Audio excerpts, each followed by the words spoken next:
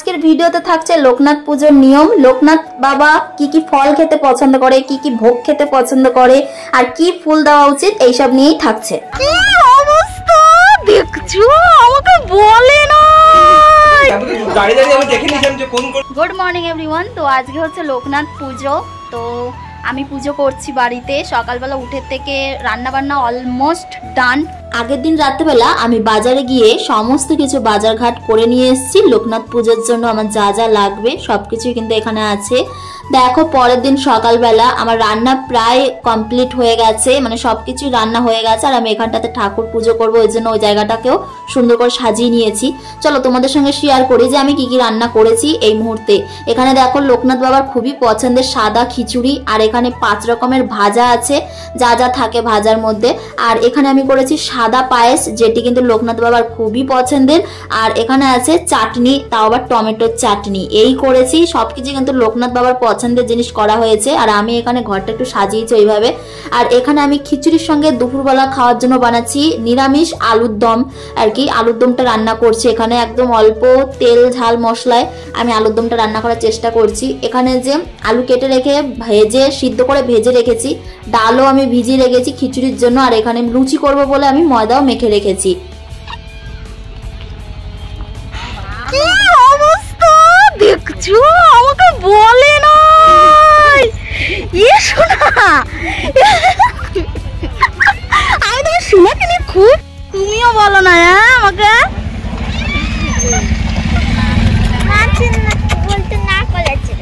আমি জানি না যে ও এসছে, আমি জানি না, আমি ফোনও করি নাই।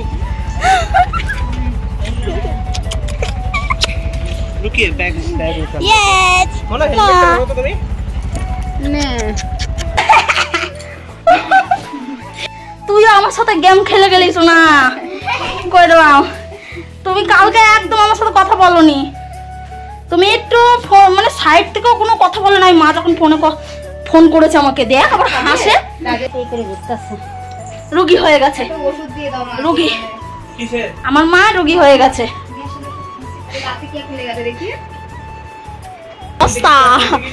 বস্তার ভিতরে আছে ব্ল্যাঙ্কেট, আরো মুড়ি টুড়ি আছে আর কি, এত ব্যাগ। সবথেকে বড় আমার সাথে সবাই মিলে মানে সবাই মিলে আমাকে একদমই বোকা বানিয়েছে। কারণ মনা যে আসছে আমি জানতামই না, আমি বহুত টেনশন করছিলাম। ওকে রেখে আমাকে কেউ বলেনি, এমনকি রাজেশকে বলেছে, আমার দিদি রাজেশকে বারণ করে দিয়েছে যে সাথীকে বলবে না যে মনা আসছে। আমি তো ওকে দেখে অবাক পুরো।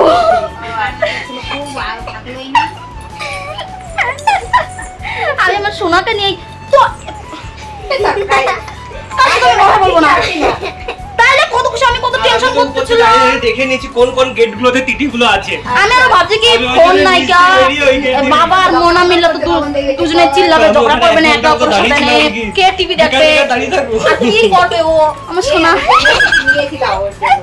কি ধরে রে, আমি তো গাড়ি দাঁড়িয়ে আমি দেখে নিয়েছিলাম যে কোন কোন গেট গেছে। অনেক বড় সারপ্রাইজ, মাসি অনেক বড় সারপ্রাইজ পাইছে। মা বলতে আর মোনা কিন্তু 10:30টার মধ্যে বাড়ি চলে এসেছে। আর আমার রান্নাও কমপ্লিট। এখন আমি আর আমার বর মিলে দুজনের লুচি ভাজছি। আমার বর আবার অফিসে যাবে, কিন্তু বলেছি আজকে হাফ ডে অফিস করো, কারণ পুজো বাড়িতে বেটা ছেলেটা না থাকলে ভালো লাগে বলে। তাই ও বলেছে ঠিক আছে তাহলে তুমি তাড়াতাড়ি সবকিছু করো। তাই আমি সকাল সকাল কিন্তু উঠে রান্না বান্না করে এখন পুজোর বসে গেছি আর কি। যে এখানে পুজোর সবকিছু গুছাচ্ছি, মানে ভোগ গুছাচ্ছি, ফল টল সব কেটে কুটে রেখেছি, সমস্ত কিছুই করেছি। নিজে হাতে একা হাতে করতে হচ্ছে বলে একটু তো সময় লাগবেই, তবুও আমি তাড়াতাড়ি করার চেষ্টা করেছি যাতে আমার বর অফিস যেতে পারে। এখন আমি ঠাকুরের যে ভোগ সেগুলো একটা প্লেটে আমি সাজিয়ে নিচ্ছি এখানে।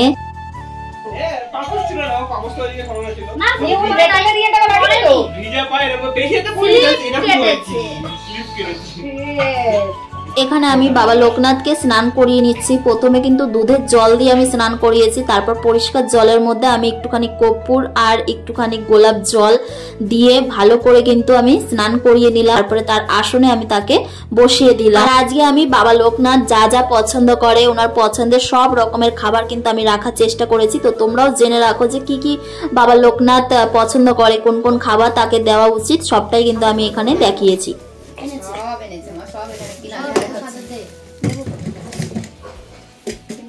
মুশকিল যে আমাদের এখানে সব কিনতে হয়।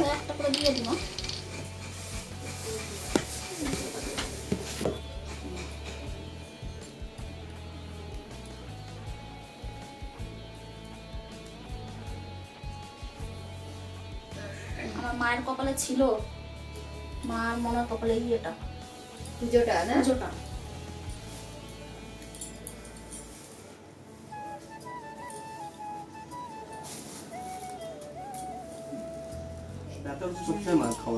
খাওয়ার পরে খালি পেটে খেতে হয় কিছু খেয়ে। ধাগাটা এই দিকে রাখি না পাশে। আমি একদিন তোদের তিনজনকে আমার অফিসে নিয়ে যাবো, লাঞ্চ করতে যাবে। আমি বলবো আমাদের অফিসে আগের সপ্তাহে আবার লোকনাথ যে খাবারগুলো পছন্দ করেন, তালের শাঁস, মিশ্রি, একটা সন্দেশ, আর ওখানে জিলেপি, মানে ওটা জিলেপি নয় অন্য কিছু। আর এখানে আমি ভোগে দেওয়ার চেষ্টা করেছি লুচি, সাদা পায়েস, সাদা খিচুড়ি, চাটনি, আলুর দম, 5 রকমের ভাজা, এই হচ্ছে খাবার। আর এখানে ফলের মধ্যে শসা আর জাম, লেবু, আম, আপেল, জামটা অবশ্যই দেওয়ার চেষ্টা করবে। এখানে লোকনাথ বাবাকে বসিয়ে রেখেছি, এখন আমি ভোগগুলো দিয়ে দেব। আর তারপরে কিন্তু বাবা লোকনাথকে আমি এরপর ফুল দিয়ে সাজিয়ে দেব। বাবা লোকনাথের পছন্দের ফুল কিন্তু সাদা রঙের ফুল, যত রকমের সাদা রঙের ফুল থাকে সেগুলো কিন্তু দেওয়া যেতে পারে। তাই আমি কিন্তু খুঁজে খুঁজে সাদা রঙের ফুল এনে তার মালা করে নিজেই বাড়িতে মালাটা বানিয়েছি, তারপর বাবা লোকনাথকে পরিয়ে দিলাম। এখন বাবা লোকনাথের চারপাশে কিন্তু আমি ফুল দিয়ে সাজিয়ে দেবো। জয় বাবা লোকনাথ। ও প্রণাম করো। মা উঠু দিবে, আমিও দিই। হ্যাঁ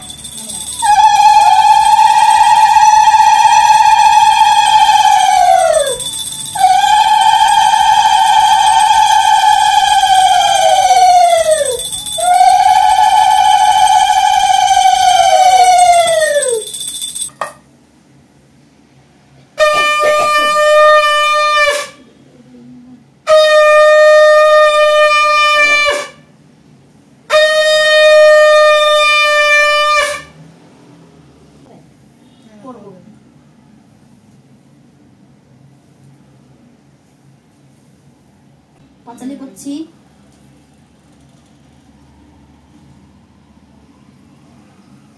শ্রী শ্রী লোকনাথ বাবার পাঁচালি।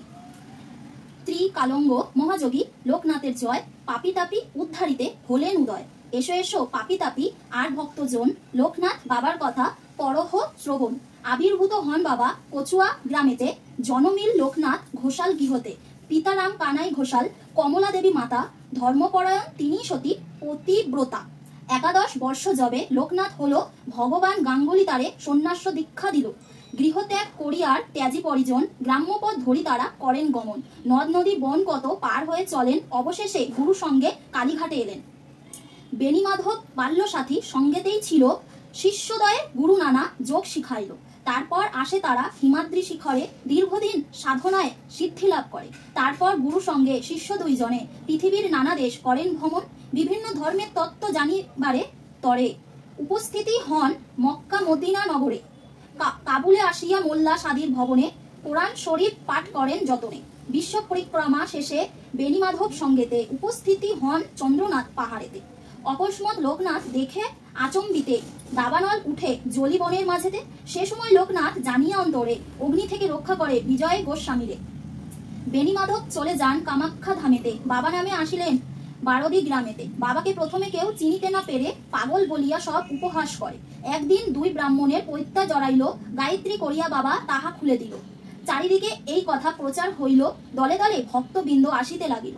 অতপরে আশ্রম হইল বারদিতে, বহু ভক্ত শিষ্য সেথা লাগিল আসিতে। পাপি তাপি রোগী কত আসিল তথায়, সবাকার কষ্ট বাবা করে নিরাময়। শিষ্য আর ভক্তে বাবা বলেন এ কথা, আমারে ঠাকুর রূপে পূজা করা বৃথা। শ্রদ্ধা ভক্তি নিয়ে যে বা আমারে ডাকিবে, অবশ্যই সেই ভক্ত মোর সাড়া পাবে। আমি নেই এই কথা করোনা মনেতে, ছিলাম আছি থাকবো সদা তোদের মাঝেতে। জলে স্থলে যখনই বিপদে পড়িবে, তখনই আমার কথা স্মরণ করিবে। এই রূপে লোকনাথ কত লীলা করে, কার সাধ্য সেই সব বর্ণিবারে পারে। 160 বছর বাবার বয়স হইল, মত্তধাম ত্যাজিতে বাবার ইচ্ছা হলো। 1297 সাল 19 জ্যৈষ্ঠতে দেহত্যাজি যান বাবা অমর লোকেতে।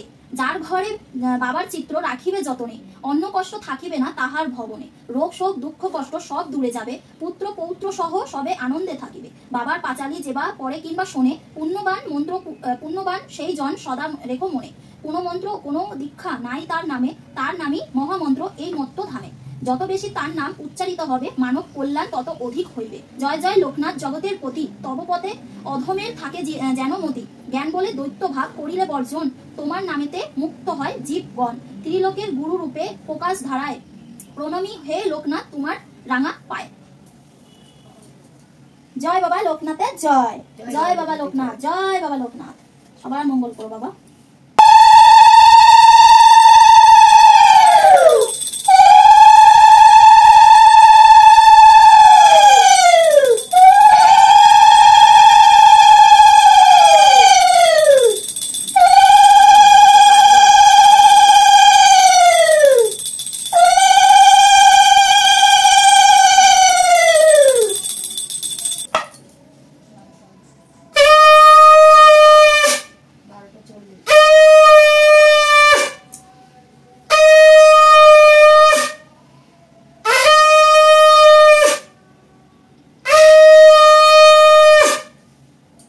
পুজো কিন্তু আমার সম্পূর্ণ করা হয়ে গেছে। আমি নিজেই কিন্তু পুজোর পাঁচালি পরে পুজো সম্পূর্ণ করলাম। তো আমার ভুল ত্রুটি হলে ক্ষমা করো, মানে আমি জানি না ভুল হয়েছে কি না, তবে ক্ষমা করো এটাই বলবো। পুজোটা হয়েছে, একটুখানি ওয়েট করে তারপরে কিন্তু প্রসাদ টোসাদ সব দেবো সবাইকে।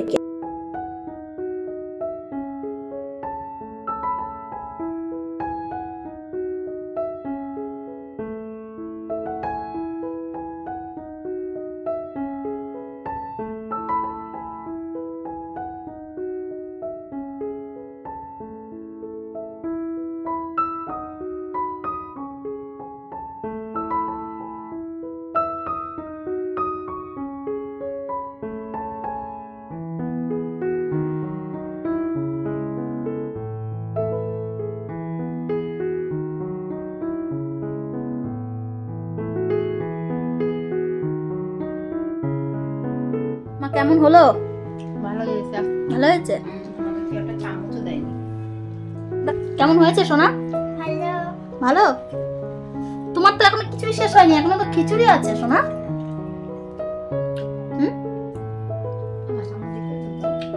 হ্যাঁ চামচ দেবো, এনে। তো পুজোর শেষে আমি একটুখানি এলাম, এই যে আমি শাড়ি টাড়ি পরেছি, কোনো রকমের সাজগোজ তো সেরকম একটা করিনি, নর্মালি ছিলাম, শাড়িটা শুধু পরেছিলাম ব্যাস। আর বাইরে দেখো বৃষ্টি শুরু হয়ে গেছে বিকেল বেলার দিকে।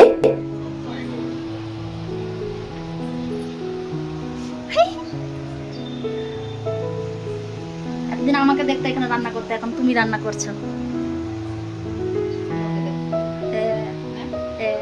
দুপুরবেলা কিন্তু খিচুড়ি আর আলুর দম করেছিলাম খাওয়ার জন্য, আর আমি রাজেশের অফিসেও প্যাক করে দিয়েছিলাম, অ্যান্ড আমাদের বাড়িওয়ালাকেও আমরা প্রসাদ দিয়ে এসেছিলাম। আর দুপুরবেলা আমি, মা, মনা, আমরা চারজন আর দিদি খেয়েছিলাম। তো রাত্রেবেলা আমি আবারও খিচুড়ি রান্না করছি, কারণ আমার দাদা আসছে, দাদা খাবে খিচুড়ি। আর এখন কিন্তু ঘ্যাটটা, মা কিন্তু ঘ্যাটটা রান্না করেছে আর আমি কিন্তু খিচুড়ি রান্না করলাম।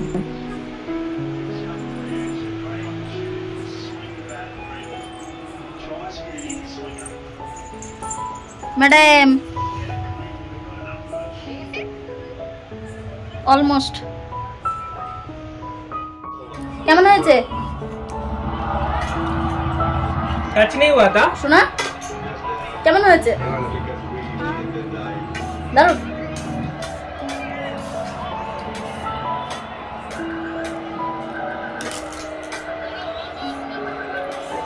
টাটা টাটা মা, টাটা মনা, টাটা। কিছুদিন আগে আমার দিদির খুবই শরীর খারাপ ছিল, তো সেই সময় দিদি একদমই রান্না বান্না করে খেতে পারছিল না, তাই কিন্তু ওর খুব কষ্ট হচ্ছিল। ও তাই মাকে আসার জন্য বলেছিল, আর তখনই কিন্তু টিকিটটা কেটেও ফেলেছিল, মানে এক সপ্তাহ আগের কথা এটা।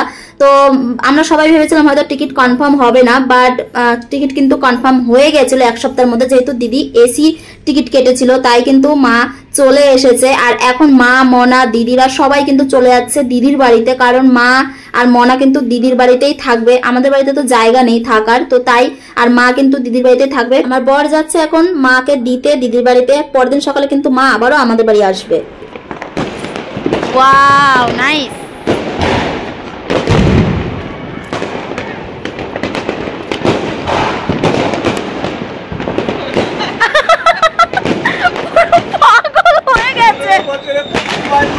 হ্যাঁ না, পুরো ব্যাঙ্গালোর পাগল। ও গড,